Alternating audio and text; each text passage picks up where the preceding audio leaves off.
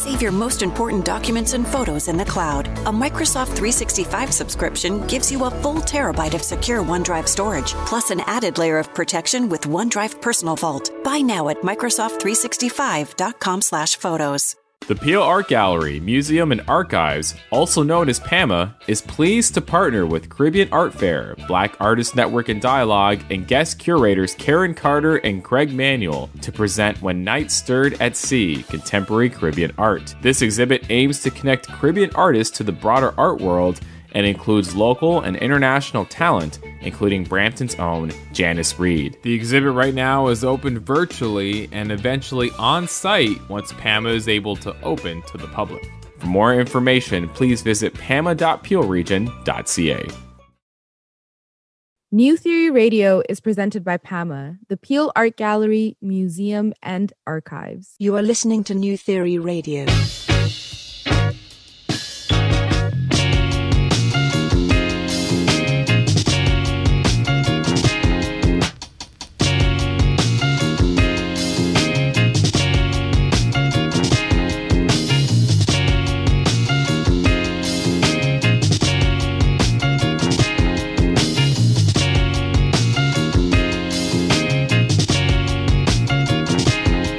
Theory Radio.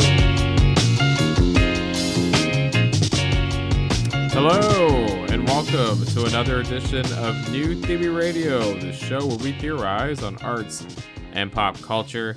My name is Nav Nanwa, and I am your host, and you're listening to us live here on News Talk, SAUGA 960 AM.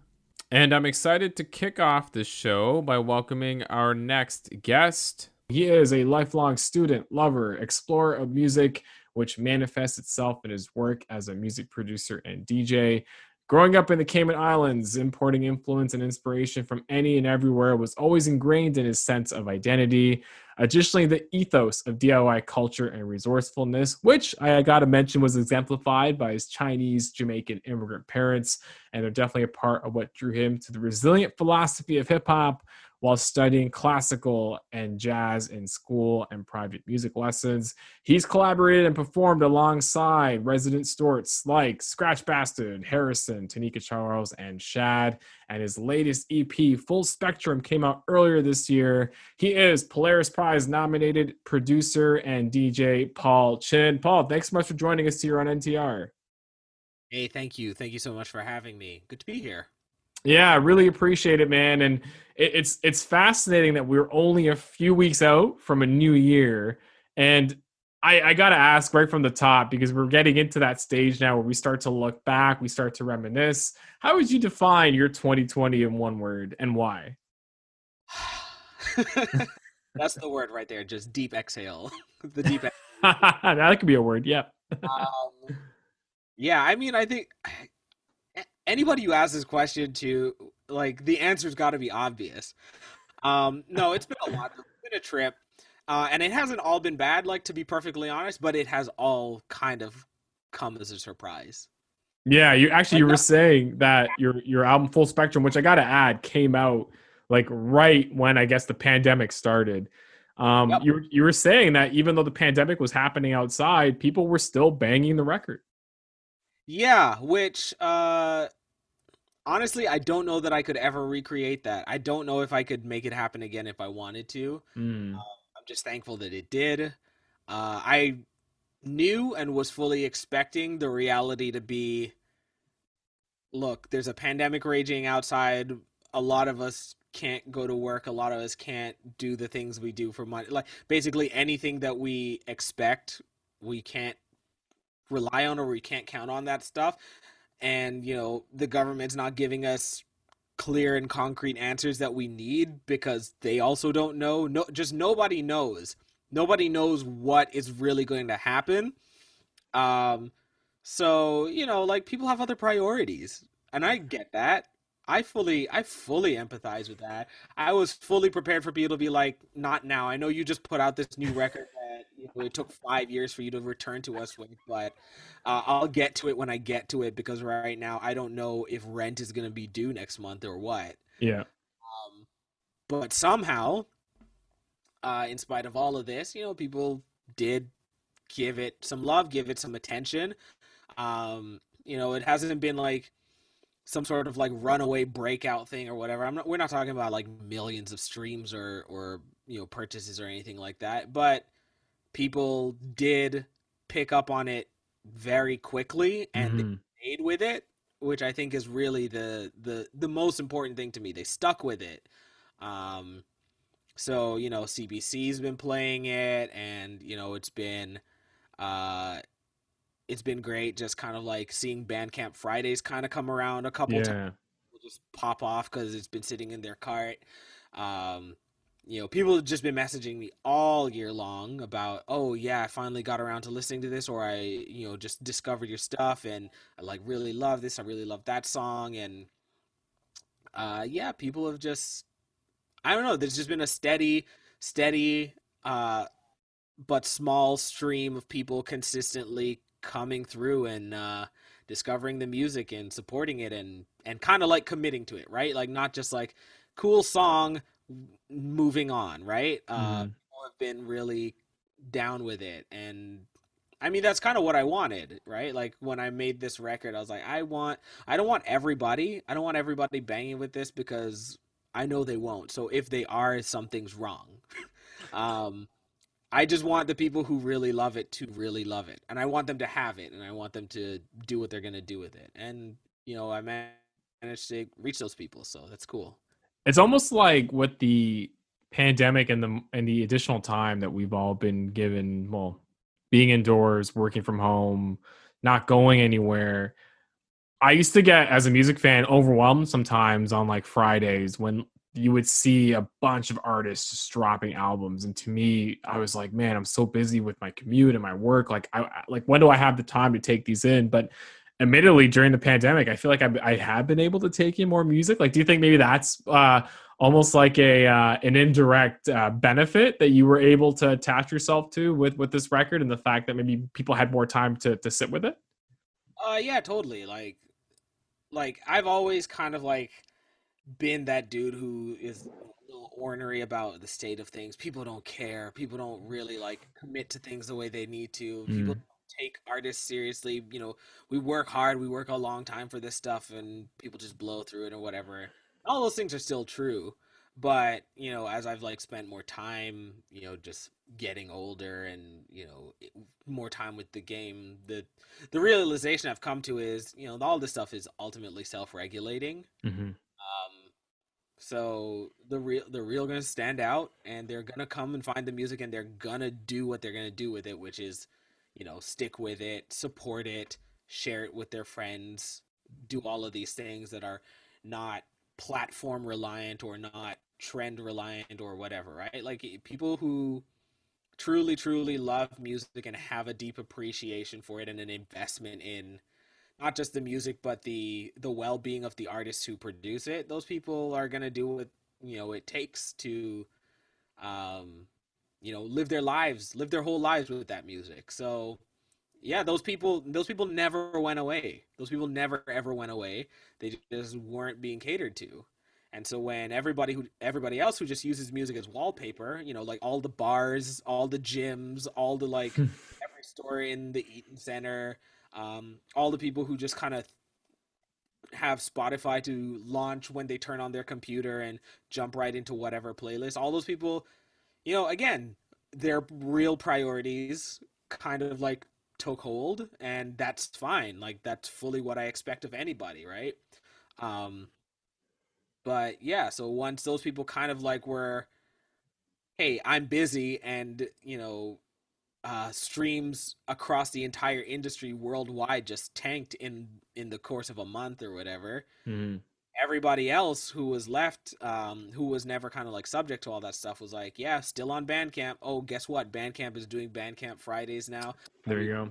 Oh, let me go, do a curbside pickup from my record store the same as I always did. Let me, do whatever else I need to do same as I always did, right? Let me methodically and meticulously go through these new Friday releases same as I always did. And I don't think anything changed other than, the attention market share of those people who have always been around and who I've always admired and wanted to, like, you know, make music for, you know, people just finally started paying attention to them again, to us again. I'm one of those people as well. So I'm glad, man, because Full Spectrum is an amazing project, and I'm curious. Obviously, you had your you released it without even knowing a pandemic was on the horizon. But what was different? Like, what did you have planned for this year? And overall, obviously, this is probably a loaded question, but are you generally happy with where the project eventually went, even considering the circumstances? Okay, so one at a time. Pandemic, didn't plan for that. And nobody did. Right.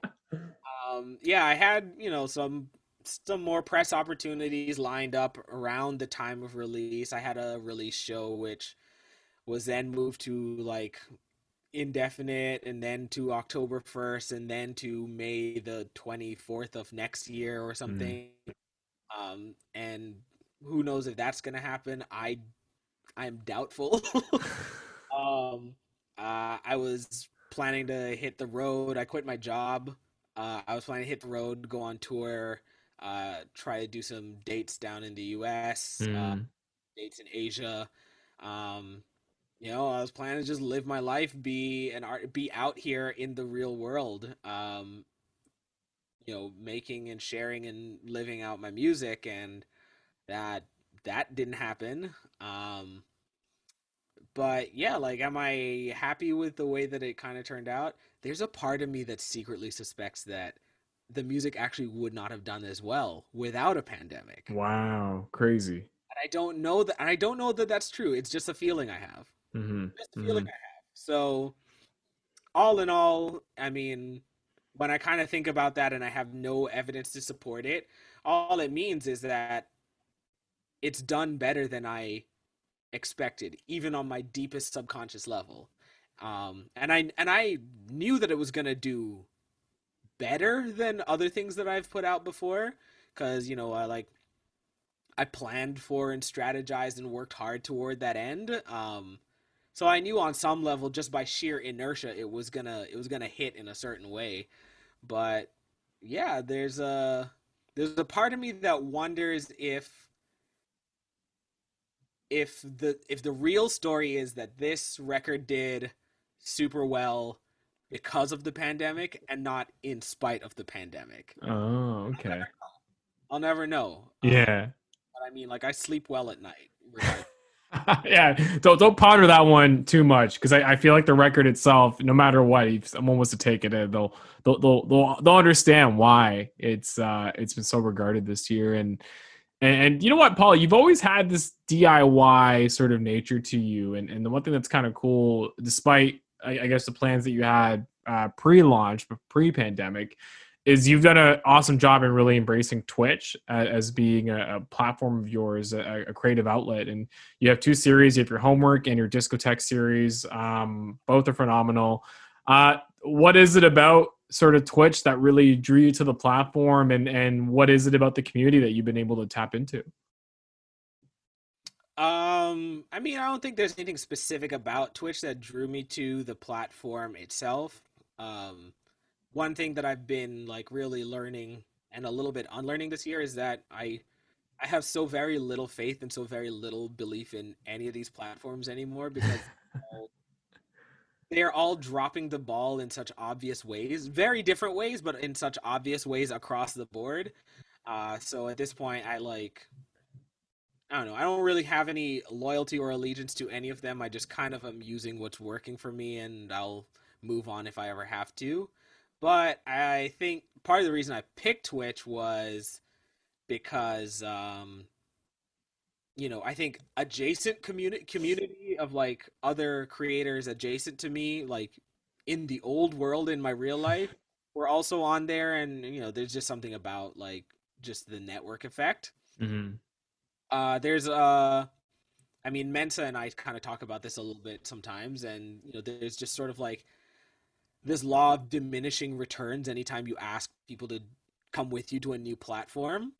So it's like, yeah, I have like 1,600 followers on Twitter. I have like 1,400 on Instagram, which I got on like after Twitter, and I have like far less on Twitch, which I've now started doing a little less, right? And it's just kind of like every time I try to move to another thing, there's more like eventual drop off because people just don't want to sign up for a new thing. Yeah.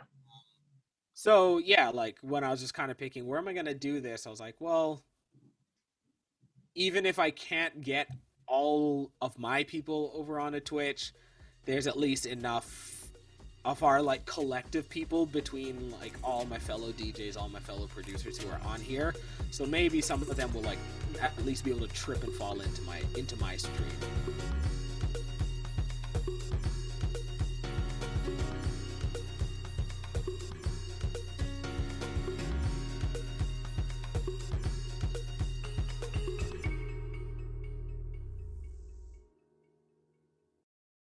You are listening to New Theory Radio.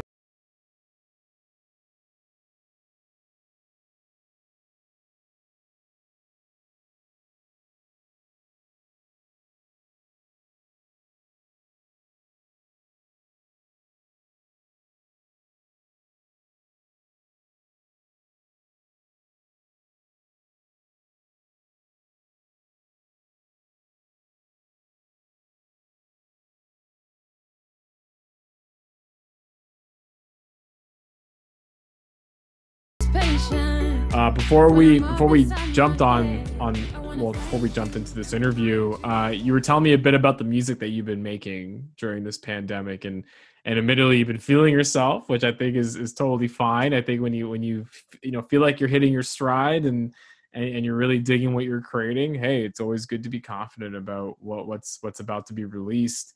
How would you describe some of the music that you're currently making, and how has the pandemic changed your creative process? Yeah, the pandemic has given me all the time I ever wished I had. Sit down at the computer and write, right?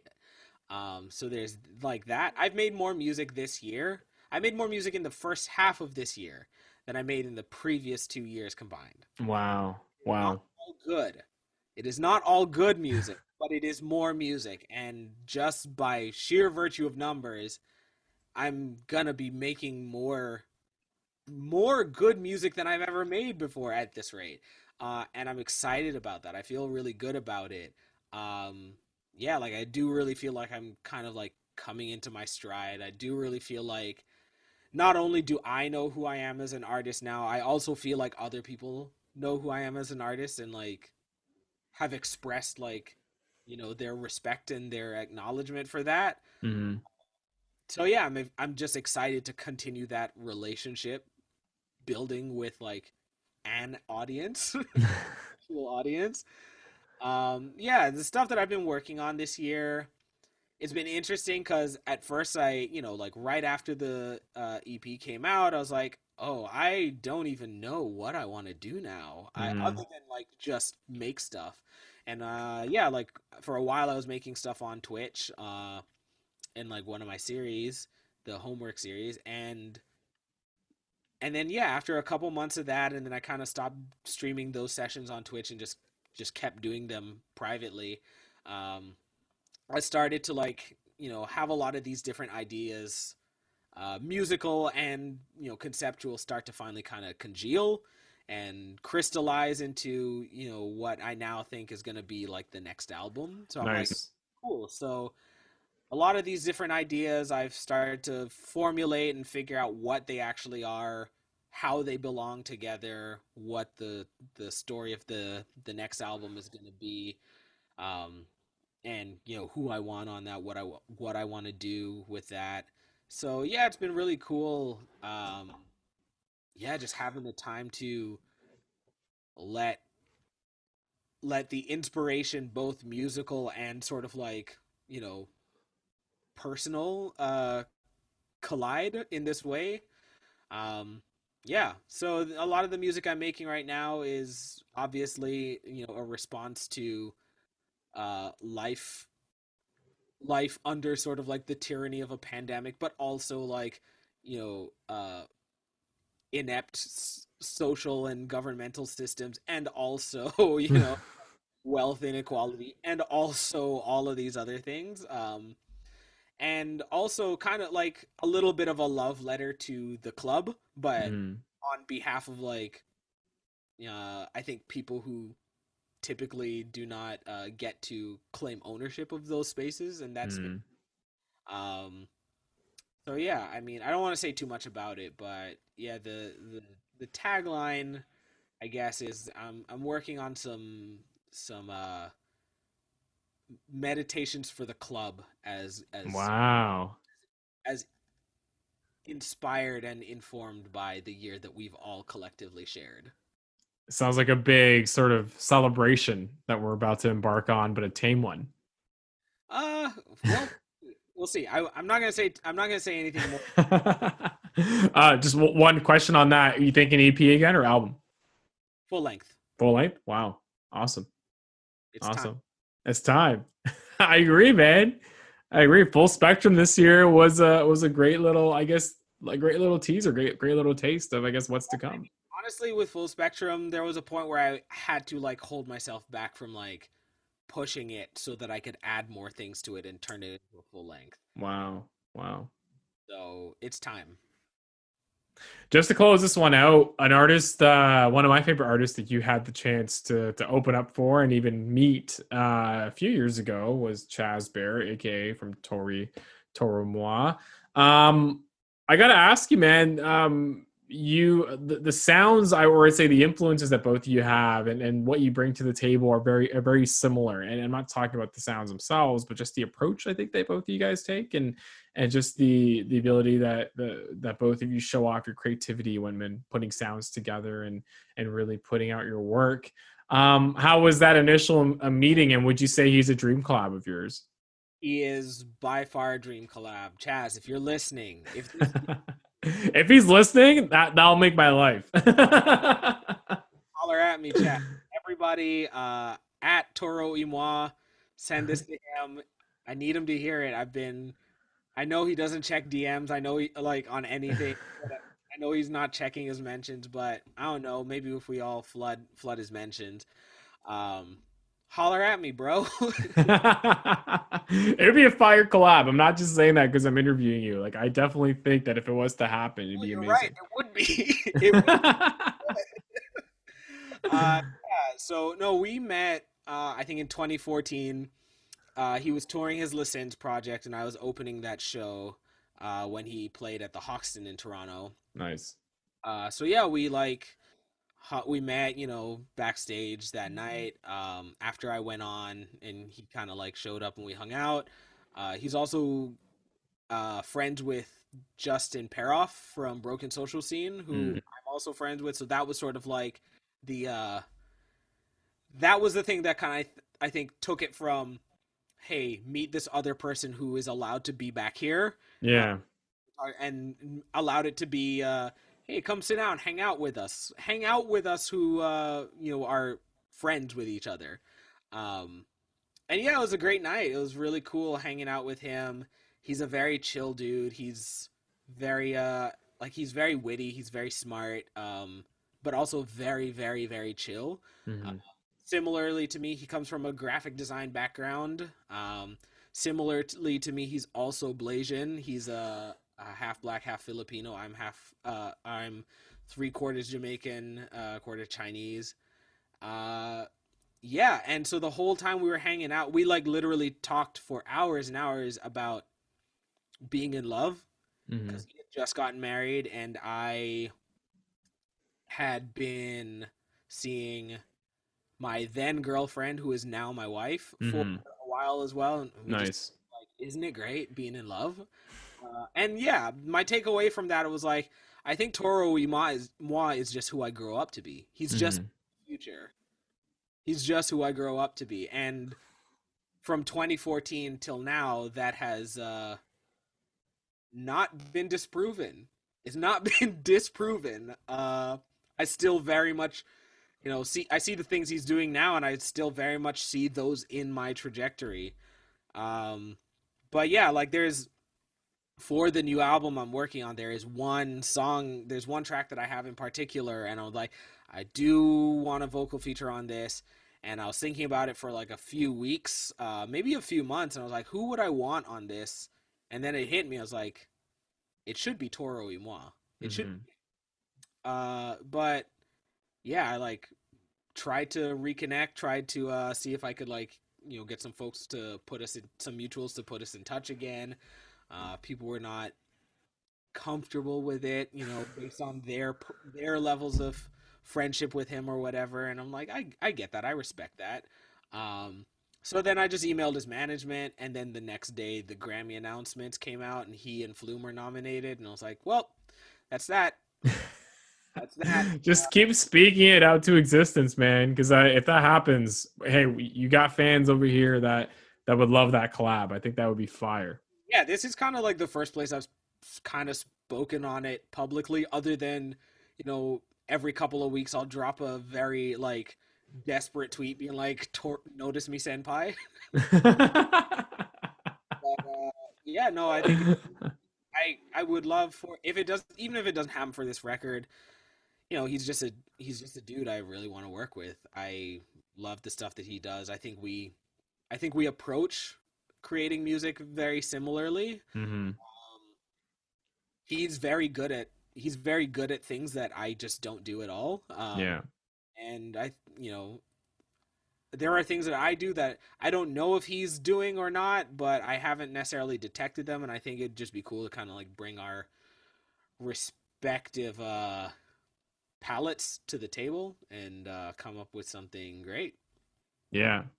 Hey man, we're definitely rooting for you. So Chaz, if you ever listen to this, give Paul a shout. Go answer those DMs, answer that email, and let's get that collab for 2021.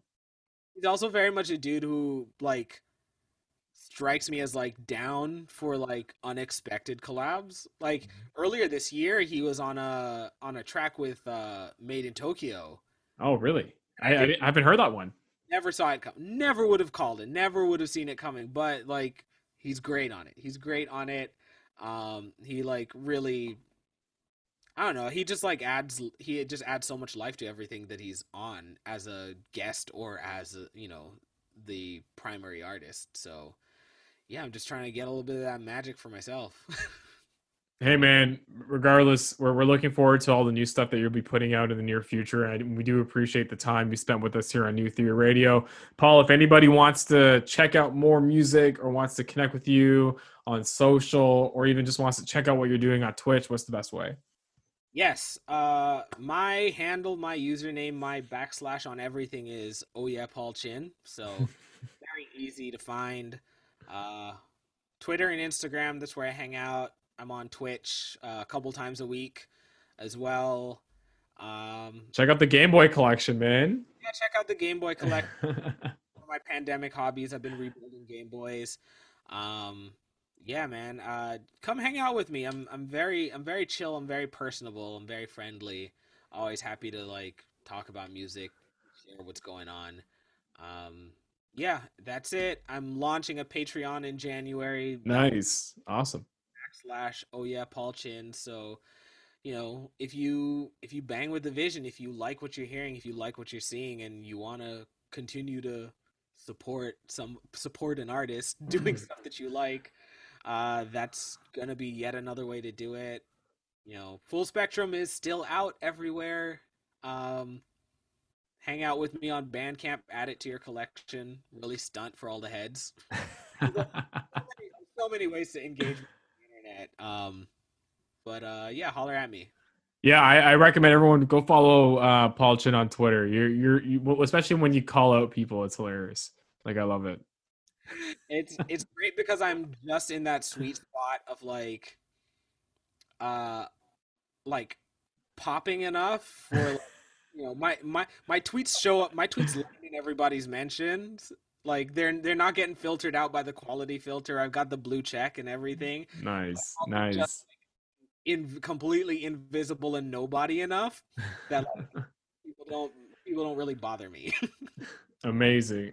Well, hey, thanks for coming on NTR. Really appreciate it. And hey, whenever the new music is out or or if you're looking for a spot to talk about your collab with Toro, hey man, NTR is here for you. Oh,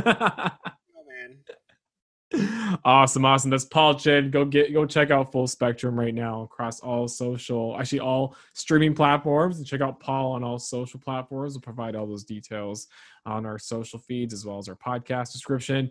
We are going to take a quick commercial break, and then we're going to have more New Theory Radio here on SAUGA 9.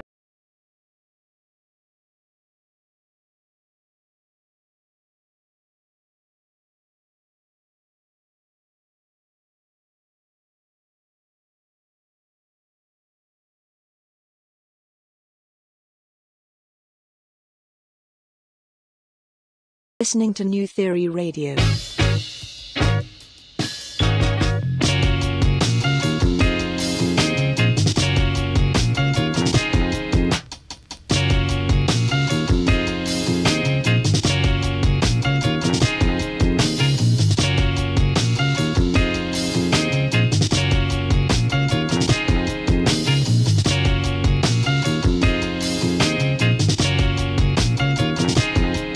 Theory Radio.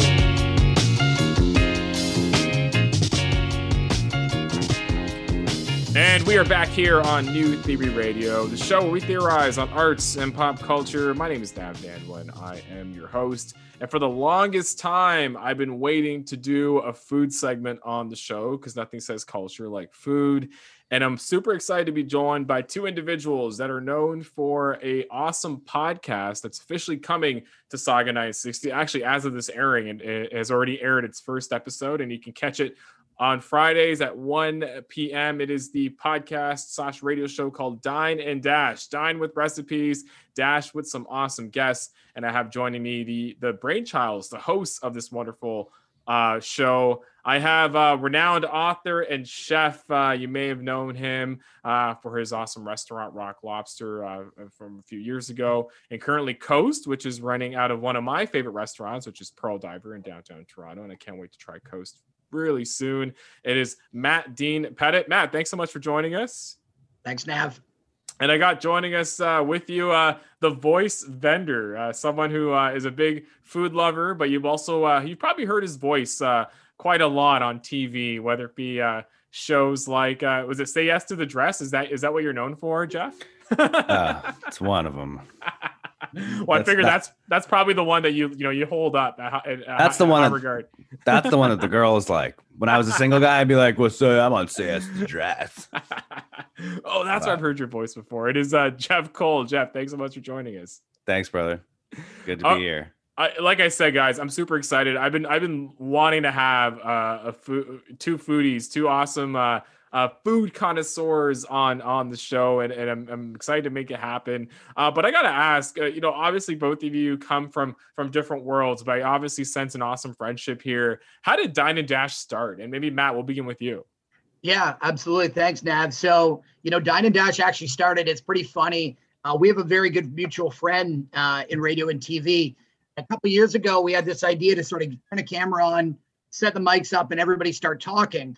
And that mutual friend, our good friend Noel Copeland, actually brought everybody together. I came on set. Jeff showed up on set, and out of the blue, we pretty much did the Step Brothers. Did we just become best friends? Yep. We actually did do that. Like that actually happened. We did do that, Jeff. If you remember, thank you. And Nav, that was it, man. It was love at first sight. It was a party. It was a lot of fun right off the get-go. And it's funny, take one step back. And maybe, Jeff, I'll set this up for you, but Jeff and I have actually worked together in the industry before we actually even almost knew each other. Oh, awesome. Yeah, like 5 or 6 years ago, my local was a bar called Boots and Bourbon, and they weren't open on Sundays. And this is when all I was doing was voice stuff, so I had a ton of extra time on my hands. So I needed to be at a bar every single day, which wasn't a great habit, but my bar was not open on Sunday.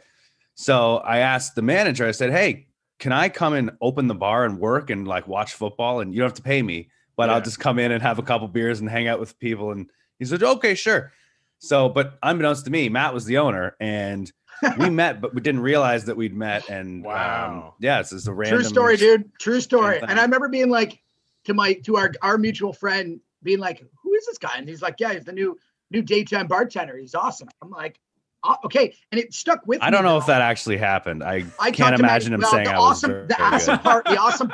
You're right, Jeff. Let's be real here with Nav. The awesome part might not so much, but I remember being, who is that behind the bar? No, that sounds more like it. You don't want to wear the ribbon? What do you mean you don't want to wear the ribbon? Yeah. It sounds like destiny, which is, you know what, that always makes the best podcast combinations in my eyes. Like sometimes when you have two friends that are like, hey, let's start a podcast, and like sometimes there's like nerves involved and people just get, don't really know how to really turn it on. But sometimes when you get just two people that are like-minded that somehow, may not know each other very well, they just have instant chemistry and it works out. Yeah. No, it's been the way. As you mentioned, Nav, Dine and Dash started as a podcast last year. We self-funded, self-ran it. We were doing it out of Talk Shoe, which is out of Stack Market, downtown Toronto. Yeah. And we were doing it once a week, religiously on the nose, and it picked up a following. And what started as looking at hot topics in kitchens, hot topics in restaurants, featuring different restaurants, different key leaders and voices, took off. And then we were very, very fortunate that our producer, Dan Wong, who's not on the call, we like to say his name as like the Dan Wong. That's it. Like you got to say it in that full format. Yeah. He was the one that actually showed the tape, and he showed our podcast to your friends as well at SAUGA 960 with Jody and Praveen. And the next thing you know, we're on the air with this brand new show. Amazing. And you know what? Like I think food, especially now during the pandemic, has played such a crucial role in just coping with everything. And obviously it's a tough time for restauants with the lockdowns. And I know, Matt, you're very much in tune with the local scene, and I'm sure Jeff, you are too, with the podcast, and just, both of you guys living in the epicenter when it comes to Toronto. I think now more so than ever, we just need some lighthearted content that's going to remind people what the power of food when it comes to bringing people together, but just some of the conversations that happen over food as well.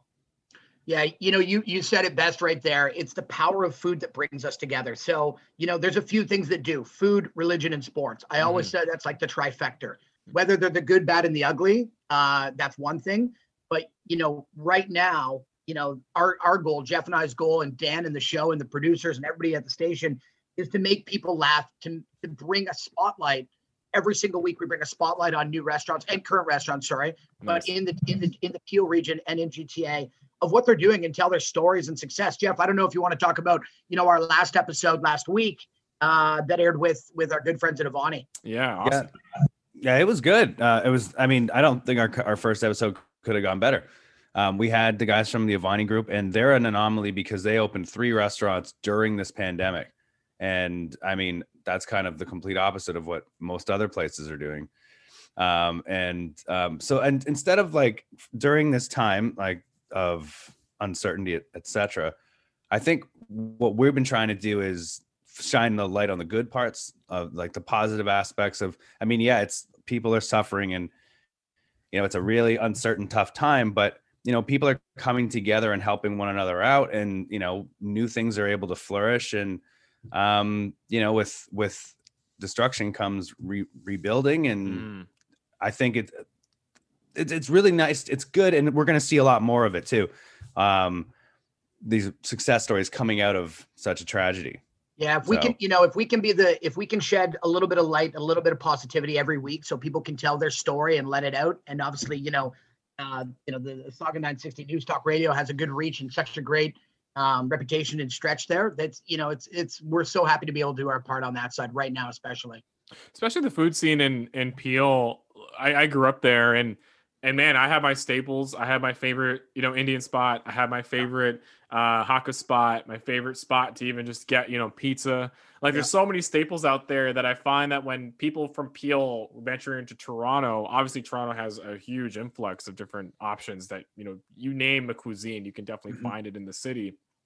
But I feel like some of those gems go forgotten. And I'm glad that you guys are putting a spotlight, broadening the scope a little bit, because there's so many great places in Peel that have been around for so long and have been able to really add to the vibrant food culture there, that I think a platform like this is great.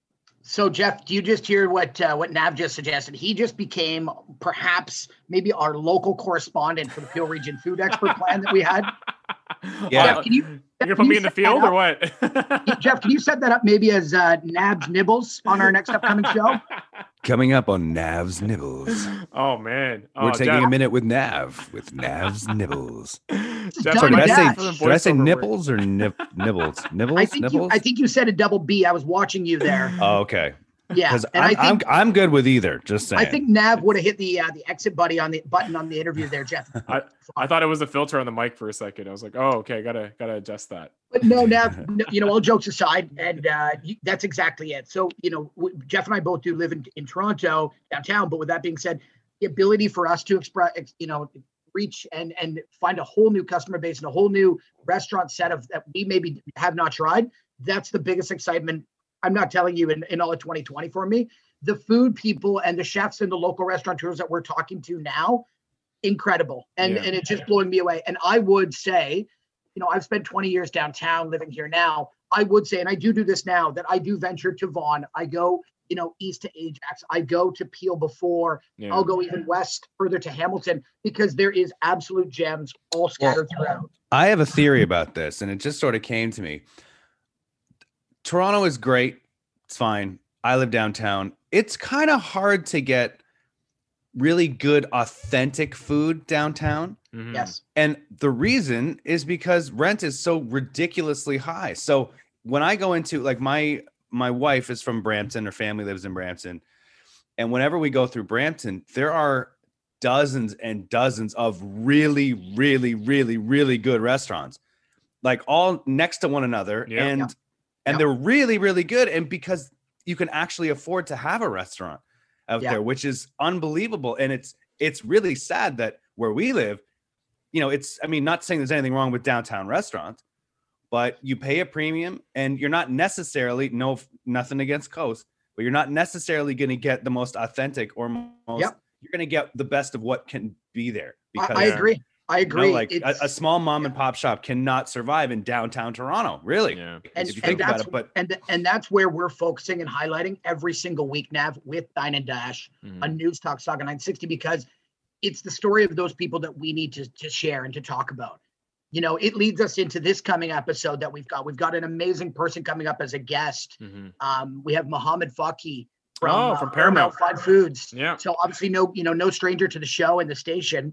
And an absolute legend in all of Canada for everything that he does in terms of social justice and promoting, the hospitality sector as a real professionalism industry. And we're super excited. The conversation is going to be next week. It's going to be an amazing show. Yeah, he just ventured into fried chicken too, which is interesting. Yeah, he did. That's right. He's got his Crispo fried chicken. But you know what? There it is, right?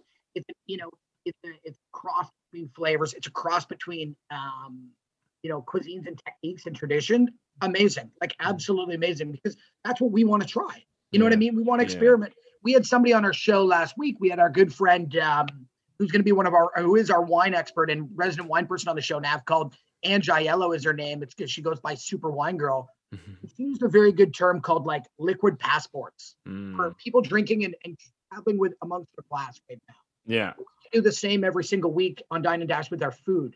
It's almost having like, I don't know, Jeff, what would you call this? Like takeout tourist. That's what we've all become, the takeout tourist. And that's a show that we have the rights to. So back off, Nav. I'm just kidding. I was going to steal it because I love alliteration. I was like, ooh, I should write that one down. Right? I write names of shows and pitch them, and then I let people do the writing. And just buy the URLs off GoDaddy because that's 100% it. At 1 a.m., all of us have done this. I have 50. I have no joke. I have 50. I have JustinBieber.ca. Do you? JustinBieberFever.ca. Oh wow, the ultimate fan site. Can I tell you, brother? I bought that, no joke, about 13 years ago. I paid $19.95 a month. I'm broke because of it. And I've never done a thing with it. If any of you guys know how to put that in the GoDaddy listing and make it a Dosh, let's roll. There you go. That's hilarious. Mm-hmm. Oh, just to close this segment out, what's been your quarantine dish over the last year? What's been that dish that you found yourself always going to, whether it's something that you make at home or whether it's something that maybe you found yourself ordering quite a bit? JC. Always pho. Pho, yeah. And it's always from the same place. Well, actually, that's not true. So Pho Tin Tan on Ossington they've been there since 1976. and I try to go at least once or twice a week, and it's always a 2-meal thing. But they were closed. They're amazing, by the way. And whenever I walk in, they call me Beckham. They know me as Beckham for some reason. I actually got to bypass Suser Lee there. Oh, really? Whoa, the place is always packed. Suser Lee and his son are standing there waiting for their table. I walk in, it's like, Beckham! And they push past him. I'm like, sorry, Suser. And I walk up, get my food. I'm like, loving it. Anyway. You big league Suser Lee, really? Yeah, totally 100%. big leagued him. Oh, yeah. Wow, that's, but you should tell him, you should tell Nav, because I think it'd be rude not to, Jeff Cole, that you literally eat that maybe 3 times a week. Oh, wow. Yeah. I'm obsessed with noodles. It's a true story. It's because I couldn't eat them for like 10 years. And then when I rediscovered them, I said, I will never leave you again. It's a great comfort food. I have to admit it. Like a good ramen is our well, that's go-to. the other thing too. Yeah. Ramen, I mean, even like chow mein, pad thai, like absolutely. I don't know what it is.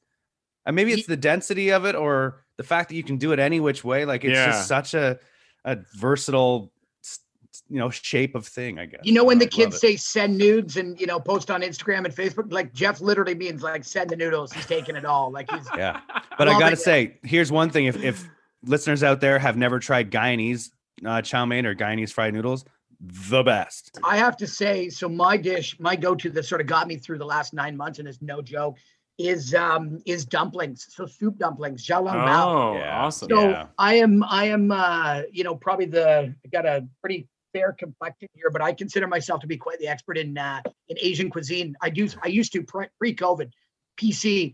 I would spend a lot of time in Asia every 3 months consulting with a large restaurant group. Oh, nice. In Shanghai, Beijing, and Hong Kong. Wow. And so, as Jeff knows, I would be there, for 2 weeks at a time, almost every couple months. So I literally think I've eaten 1 million soup dumplings. And so I stumbled upon my life's goal now is I take my pickup truck and I drive to all these different places in the GTA region, trying to find the best soup dumplings. Oh. And so I'm on the lookout. So Peel region, I'm coming for every single soup dumpling that you can offer. Yeah. If you're hearing this, please send them to the station. Send them to the 3 of us because the boys are hungry. Yeah, great comfort food, and I feel like I'm gonna have to order some dumplings and some chow mein for dinner today. Right. Guys, I gotta thank you. This was a fun chat. Welcome to SAUGA 960 AM. I think you guys are gonna have a blast. That's Dine and Dash every Friday at 1 p.m. And you guys have Mohammed Faki on the show this week, right? That's right. It's gonna be awesome. Awesome. Yeah, no, that should be a great conversation. He's been doing some really good things this past year. That's Matt, Dean, Pettit, as well as Jeff Cole. Go check them out Fridays at 1 p.m. on Dine and Dash. And this actually concludes this week's edition of New Theory Radio. So I want to thank all of you for tuning in. If you want to connect with me, it is at Nav Nanwa on Instagram and Twitter. If you want to connect with New Theory Radio, it is at New Theory Radio across all social platforms. Big shout outs to my little brother, Amit Nanwa. He is responsible for all of our graphics. Go send him a follow at colorblindphotography_. And a big thank you to the producer behind our theme song, Dusty Loops. Go send him a follow at Dusty Loops across all platforms. Thanks again for tuning in, and you will hear all of us next time. Peace.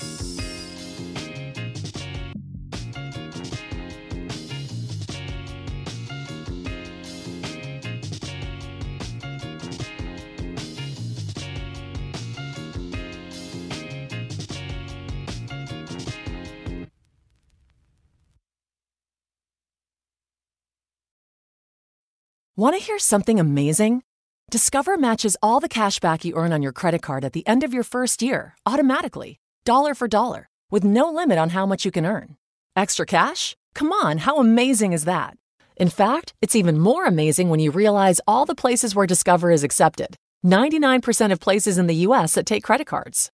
So when it comes to Discover, get used to hearing yes more often. Learn more at discover.com/yes. 2020 Nielsen Report. Limitations apply. Save your most important documents, videos, and photos in the cloud. With a Microsoft 365 subscription, you get a full terabyte of secure OneDrive storage that you can access across all your devices. As part of your subscription, you get the added benefit of additional OneDrive Personal Vault storage. Using a second set of identity verification, this gives you an extra layer of protection for your most important and private files. Buy now at Microsoft365.com/memories.